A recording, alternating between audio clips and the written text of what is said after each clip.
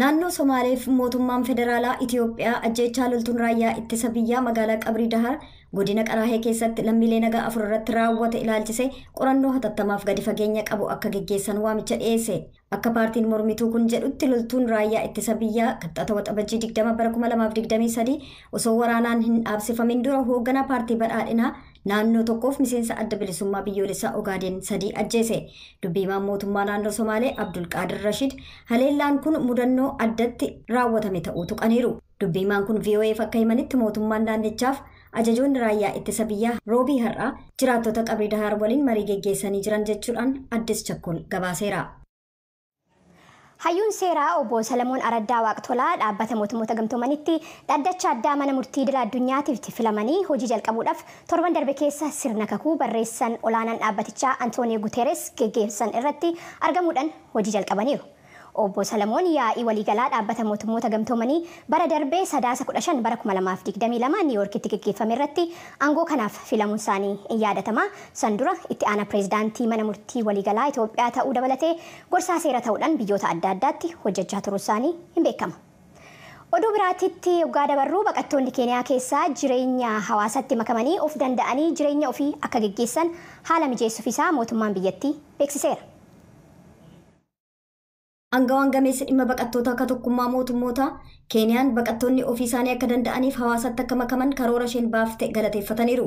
Keeniyaan biyya ollaa Somaaliyaa, Sudaan Kibbaaf Itiyoophiyaa dabalatee baqattoota biyyoota 23 irraa ta'an kanneen 600 ol ta'an keessummeessiti. Irra hedduun isaanii mooraa baqataa dhadhaabiif kaakumaa kan kutaa biyyattii gama kaabaa keessa jiraatu. Mooraaleen kun namoonni humnaan ol kan keessatti tuucha'aniif tajaajilli bu'uuraalee akkan kan keessatti hanqatedha. Kibxata darbe pireezidaantii Keeniyaa Wiiliyaam Ruuttoo waliin kan wal argan komishinarri olaanaan dhimma baqattoota akka tokkummaa mootummootaa Filiippoo Giraandee sagantaa hawaasatti makamuu Keeniyaan karoorsite kun sirna mooraa baqataa amma jiru kan gargaarsa irratti baay'ee hirkate faallaa mala itti fufiinsa qabu ta'uu Associated Pressitti himaniiru. Sagantichaaf waadaan doolaara miliyoona 200 galamuusaaf maallaqi itti dabalaallee akka barbaachisu dubbataniiru garuu yoom akka jalqabamu yeroo isaa hin ibsine. Giraandiin itti dabaluudhaan karoorri hawaasatti makamuu kun waggoota hanga tokko dura konyaa Turkaanaatti qophaa'uusaaf hawaasi baqataas irraa fayyadamaa jiraachuu dubbataniiru. Mootummaan Keeniyaa gargaarsa tokkummaa mootummootaan baqattoonni qubsuma yeroo fi bakka namoonni gargaarsaan jiraatan irraa gara qubsuma of danda'anii hawaasichatti makamanii jiraachuutti akka darban gargaaruusaa Giraandiin galateeffatanii jiran. Giraandiin rakkoo Sudaan keessatti uumameen lakkoofsi baqattootaa 500 ol ga'us gumii tokkummaa mootummootaa kan wixata darbe irratti waadaan seename kanneen gargaarsa barbaadan akka deeggaru abdii qabaachuu isaanii ibsan. Doolaarri biliyoonni 1.5 Sudaan keessaa kanneen miidhaan namumaarra ga'ee deeggaruuf waadaan seenamee jira jechuudhaan UNHCR beeksiseera. Gareewwan Sudaan hedduutti waliigalteen dhukaasa dhaabinsaa guyyoota 3f tolfamus wal waraansi garuu ittuma fufeera. Dabalata qabna. Roobii har'aa kutaalee kaartuum adda addaa keessatti gareewwan wal waraanan gidduutti walitti bu'iinsi cimaan uumamee jira. Kunis kan ta'e sa'aatiilee 72 ka ture waliigalteen dhukaasa dhaabinsaa ka duraanuu sarbiinsa mirga namaa hedduun keessatti raawwatameen boodaa jechuudhaan namoonni ijaan argan dubbataniiru jedha gabaasi Reuters. Lola dhaabinsi sun utuun dhumatin yeroo xiqqoo ganama barii sa'a 12 dura lolli kutaalee magaalaalee jiran mara 3 keessatti yoo ka'u kunis Naayil, Kaartuum, Baahiriif Omdurmaan keessatti ta'uun gabaasameera. Waraanni Sudaaniif humnoonni addaa ji'oota 2 oliif wal waraanan magaalaa guddoo biyyattii irratti badiisa geessisuuf naannoo dhiyaa Daarfur keessatti jeequmsa bal'aa kaasuun namoonni miliyoona 2.5 qe'ee isaanii dhiisanii akka baqatan taasiseera. Namoonni ijaan argan akka jedhanitti xiyyaaronni waraanaa Baahiriin samiirraa kan haleelan yoo ta'u humnoonni addaa immoo dhukaasa farra xiyyaaraatiin deebii kennaniiru. Omdurmaan keessatti dhukaasa meeshaa waraanaaf walitti bu'iinsi cimaaf kibba Kaartuum keessatti immoo lolli lafoo geggeeffamuun gabaasameera. Jiraattonni akka jedhanitti mooraa waraanaa kutaa Kordofaan kibbaa bakka humni riphee lolaa kan garee Kaartuum keessaa wal lolaa jiran isa kamiin akka deeggaran hin beekamne gidduuttis lolli ka'ee jira. Waliigalteen lola dhaabinsaa inni boodanaa waliigaltee lola dhaabuu hedduu jaarsummaa Yuunaayitid Isteetsiif Saawud Arabiyaan Jiddaa keessatti tolfame keessaa isa tokko.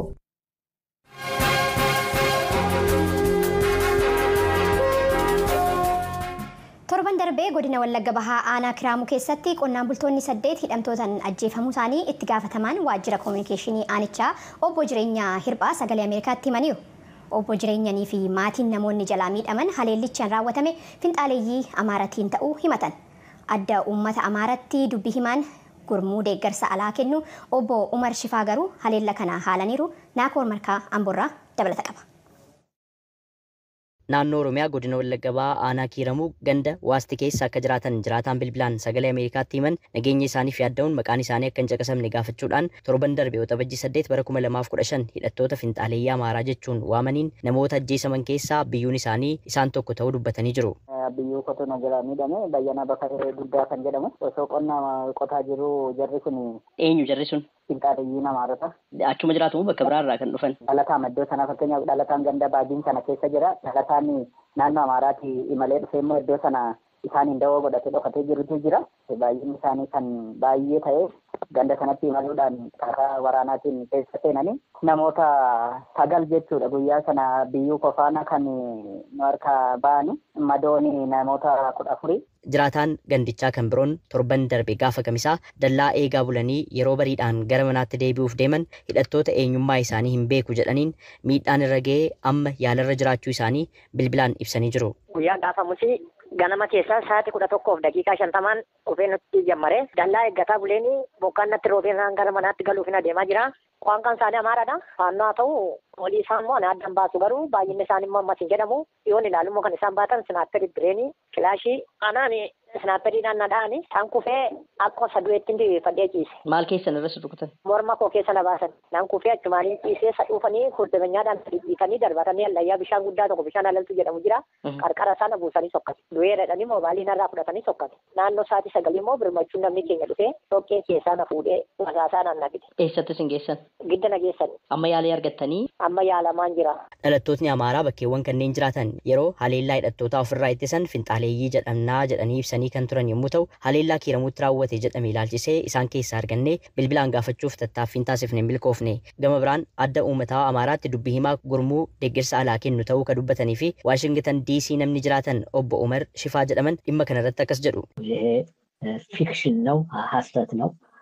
Kuni asoosama soba naannoo sana faannoon hin jiru faannoon naannoo Amaaraa keessatti humnoota biyya falmataa jira odeeffannoo sobaa nama dogoggorsuuf kennamedha kun Kiiramuutti Amaarota hedduutu ajjeesame lafti Kiiramuu dhiiga Amaaraa hedduu dhugeera gocha kana kan raawwatan immoo shanee kan jedhaman akkasumas humna addaa Oromiyaa dabalateeti. Dhimma kanarratti kan gaafataman itti gaafatamaan waajjira koominikeeshinii aanaa Kiiramuu obbo Jireenyaa Hirphaa hidhattootni isaan finxaaleeyyaa Amaaraa jechuun waaman torban darbee waxabajjii 8 bara 2015 ganda waasti keessatti qonnaan bultoota 8 ajjeesanii namoota 13 madeessaniiru jechuun dubbatu. Bakkee aleellaan itti qaqqabe kuni aanaa Kiiramuu ganda waastii jedhama. Finxaaleeyyii Amaaraadhaan lubbuun namoota 8 darbee jira. Qonnaan bultootadha.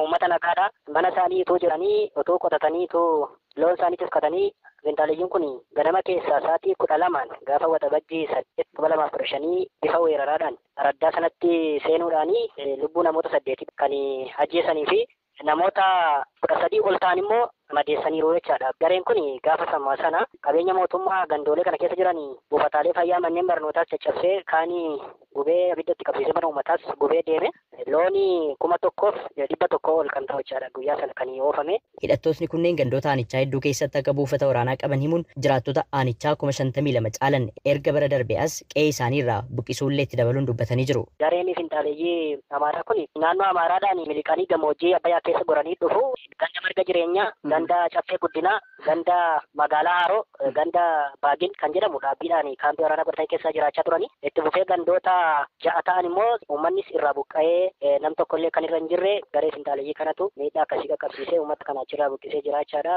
Bara 2014 ji'a sadeeffaa gaafa bultii 30dha jechaadha buqqaatiin kun kan inni jalqabee buqqaanii jiran nama 52,822 jechaadha. Eessatti immoo argamu? Magaalaa Kiiramuutti kan argaman jiru, Giddaa Ayyaanaattis kan argaman jiru, magaalaa Qoqqofeettis kan argaman jiru, kaan garuu manuma mana firaasaatti galee bittinfameeti kan jiraachaa jiru jechaadha. Dhaabbileen miti mootummaa jiranii fi namootni qabeenyaa birmannaa godhanii fi gargaarsa akka godhaniif asumarraan dhaamsa keenya dabarsinaa jechuudha. Mootummaan hidhattoota kanneen irratti tarkaanfii ni fudhata garuu haalli isaa rakkisaadha jechuunis ibsu obbo Jireenyaan. Mootummaan naannoo sanatti qaamolee nageenyaa bobbaasee opereeshinii nageenyaa gochaa jira. Bu'aa opereeshinii kanaa immoo boodaan kan ibsinu yoo ta'u gareen kun ammas garee rakkisaa al tokko yoo asitti waraanni itti dhufu gara naannoo Amaaraatti ciyaachaadha. Tarkaanfii fudhachuuf illee baay'ee garee rakkisaadha. Yoo gamaa dhiibbaan naannoo Amaaraa keessatti cimu immoo gara naannoo Oromiyaatti as baqachuudhaan aleellaa akkasii qaqqabsiisaa jechaadha. Humna badiidhaaf of qopheesse waan ta'eef mootummaanis jala jalaan duuka bu'ee gara fuulduraatti tarkaanfii fudhachaa kana deemu ta'a jechuudha. Kanumaan wal qabatee Daayirektarii itti aanaa mana maree mirga namummaa Itoophiyaa obbo Tasfaayee Gammachuu Oromiyaa lixaa Kiiramuu keessatti haleellaa lammiilee nagaa irratti hidhattootaan raawwatameera jedhame dabalatee bakkeewwan biroo naannoo Oromiyaaf naannolee biroo keessatti haleellaawwan hidhattootaan dhiyeenyatti raawwataman ilaalchisee ogeessotni isaanii hordoffii taasisaa jiraachuu eeruun dhimma kanarratti yeroo dhiyoo keessatti manni marichaa ibsa kennuu akka danda'u dubbatanii jiru. Torban darbe keessa godina Horroo Guduroo Wallaggaa aanaa Amuruu keessatti jiraattotni naannichaa humnoota finxaaleeyyii Amaaraati jedhanii waamaniin qonnaan bultootni shan ajjeesamuu isaanii ibsanii turan. Adda uummataa Amaaraatti dubbii himaan gurmuu gargaarsa alaa kennu obbo Umar gama isaaniin yeroo ammaa leellaan raawwatamaa kan jiru dhalattoota Amaaraa irratti jechuu isaanii gabaasuun keenya ni yaadatama. Sagalee Ameerikaaf Naakoor Malkaa Amborraa.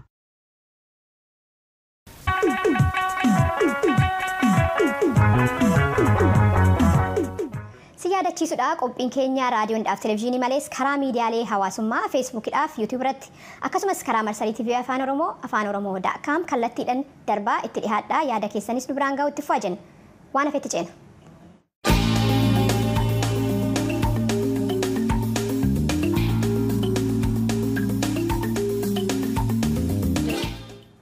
Waggaadhaan waxabajjii 20 sadarkaa addunyaatti yaadatameen oolu guyyaa baqattootaa sababa gochuudhaan baqattoota Oromoo Yemen, Liibiyaadhaa fi mooraa baqattootaa Sudaan keessa jiran haala keessa jiran ibsuudhaan kaleessa dhiheessuun keenya in yaadatama.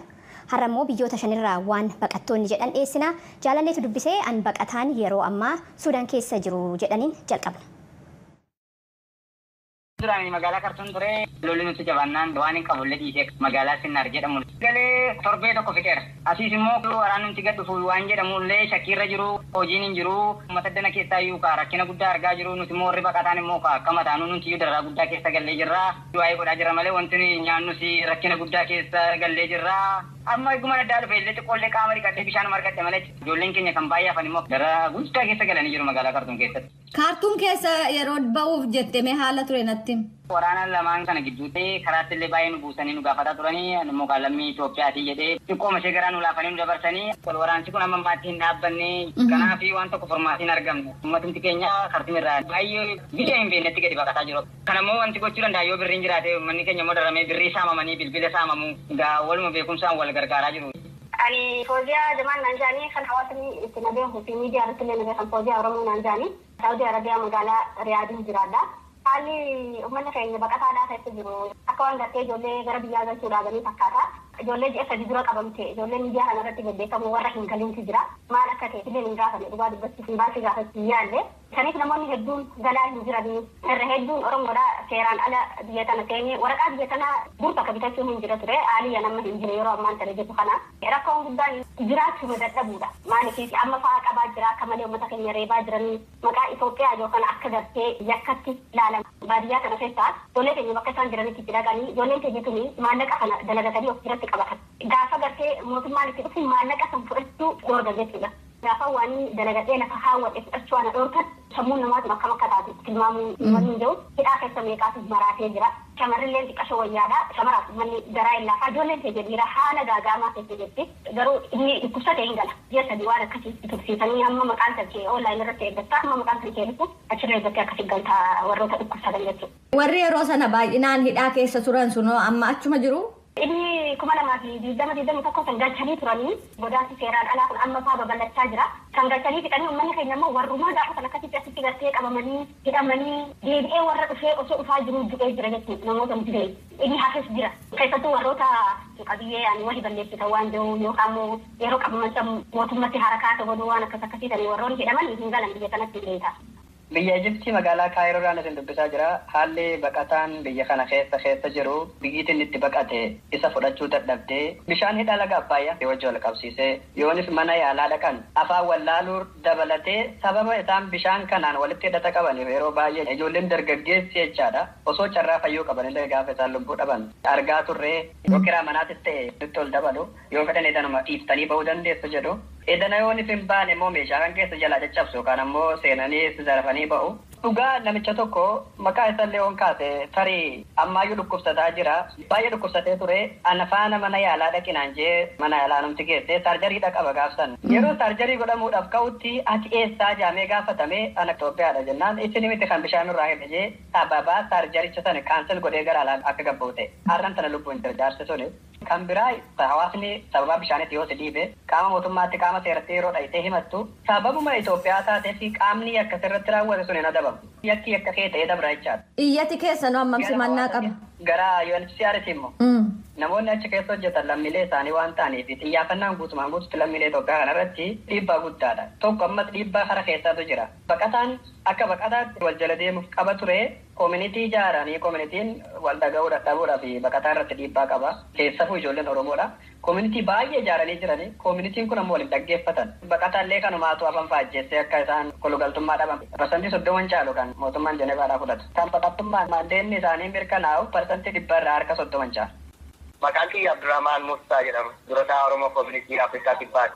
Waan lama waan baay'ee uummata keenya rakkisaa jiru tokko dhimma baqattummaati. Waraqaa jireenya biyya kana ittiin jiraatan argachuuti. Inni lammaffaa dhimma nagummaati. Uummanni biyya kana akka malee jibbaa argisiisaa jiru. Ammatti baqataan biyya kana jiraatu akka biyyoota biraa kaampiin jiraatanii arbaan rifuujii jedhamu. Ka ogummaa qabus qacaramuudhaaf yaale kaan hin qabnees ammoo hojii mataa isaa uummachuudhaan waan akka karaa irratti waa gurguruu suuqii xixiqqoo banachuu kana kanaan jiraachisaa jiru. Isa kanarratti uummanni lafaa namni biyyoota biraarraa baqatanii biyya keenya dhufanii lafa nurraa dhiittisanii hojii keenya dhalataan biyya kana hojjechuu qabu nurraa fudhatanii jechuudhaan yeroo adda addaa mootummaatti deddeeffatu kaampii baqataa qophaa'ee fi haa jiraatu ka jedhu yennaa yeroo baay'ee galfatu. Organaayizdi kiraayin ka jedhu jira warri baqataa qofa xiyyeeffatanii horii irraa shaammachuudhaaf qindeessanii yoo saamneef yoo ajjeefneef wanni namni nu gaafatu hin jiru jechuudhaan saamicha geggeessaa jiran jiru jechuudha. Yoo namni dura dhaabbatee lakkii aanarra horiin qabu jedhe ajjechaadhaan jiilsuu jechuudha. Ajjeesuun. Kan baqataa Oromoo Naayiroobii keessaan jiraata. Haalli biyyoonni illee gartee keessummeessaa jirtu baay'ee laafaadha. Yeroo garagaraatti poolisiin qabee namoota waraqaa gaafachuudhaan namoonni baatiin taaneef saaxilamaa jiraatu keessatti erga dhufnee gara waggaa 6 galmoofne irraa gara kaambii ergan kaambii keessatti namni waan garagaraatiif saaxilamu kaambii sun barahaa bakka hamtu bakka namaafillee mijjata hin taane inni asitti ammoo haala namoo mijjeessuudhaaf fedhan qaban hojii hundi maallaqaan hojjetamaaf keessatti. Yaadi baqattoota Oromoo biyya adda addaa irraa funaanne kanuma ture. An jaallannee Gammadaati nagaatti.